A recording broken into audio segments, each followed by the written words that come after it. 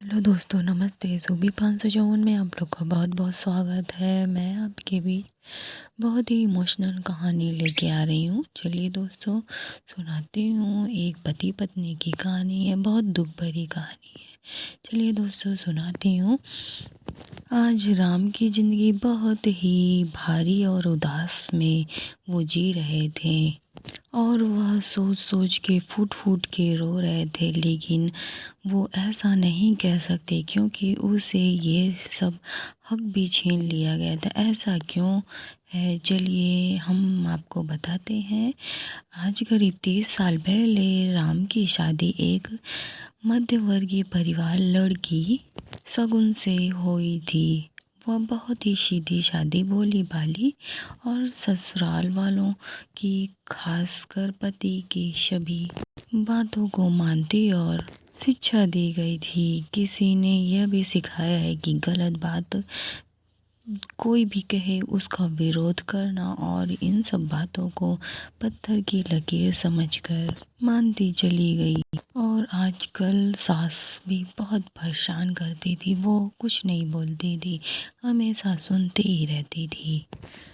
राम जब आते काम से तो उनकी माँ उनका कान भरती। सास जेठानी भी काम नहीं करते थे। वो भी उनके पति को उनके बारे में उल्टा सीधा बोलकर उन दोनों को एक अजीब सी दूरी भरते जा रही थी। वो दोनों कभी एक नॉर्मल पति पत्नी जैसे ज़िंदगी जी रहे थे। फिर बची कुची कसर खुद राम का स्वभाव पूरा कर देता था। जब उनको अपना पति हक चाहिए होता है तब बड़े प्यार से बोलता और फिर धुतकार देता।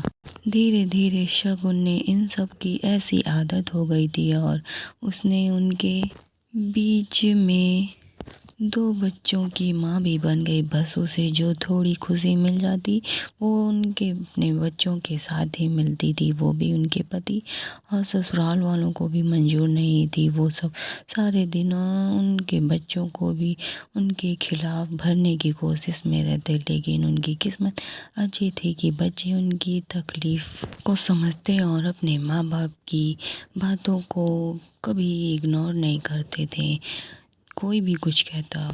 इस वजह से तो ससुराल वालों ने और भी उनका सब काम करते, लेकिन फिर जिम्मेदारी समझकर और वो अब कुछ नहीं। धीरे धीरे समय बीतता गया और सास ससुर भी गुजर गए।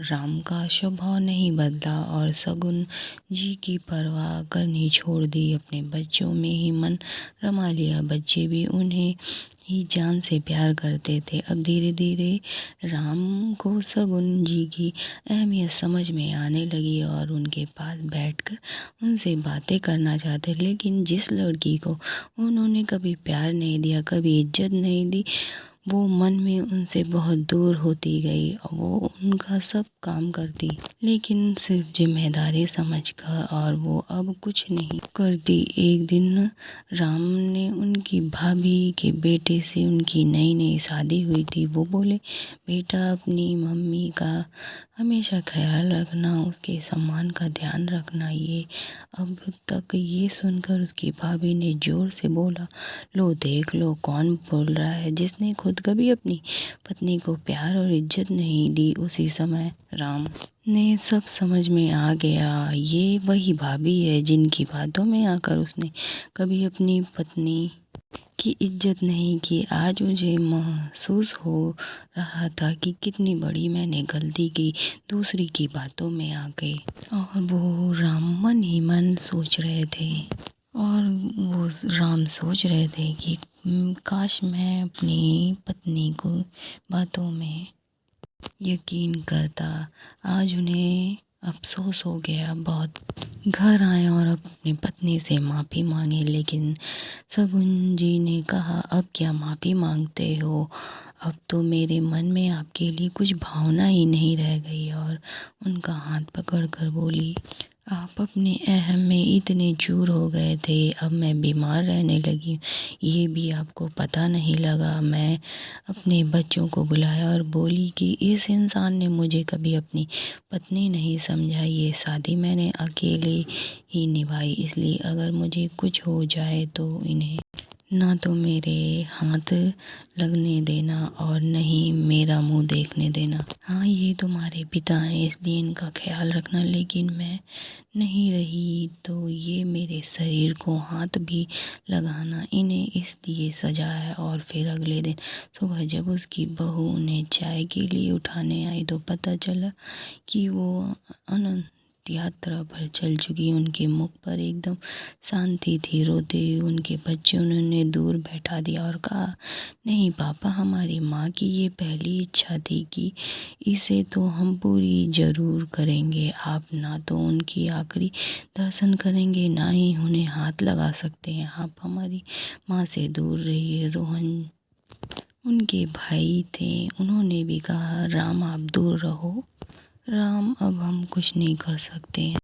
जो इंसान पत्नी होने का उसे हक नहीं दिया, हमेशा दूर ही रखा, और आखिरी में उसे समझ में आ गया कि पत्नी की अहमियत क्या होती है, जब उन्होंने कसम दे के कहा। कैसी लगी दोस्तों ये कहानी अच्छी लगी तो मेरे चैनल को लाइक कीजिए, सब्सक्राइब कीजिए। Bye bye.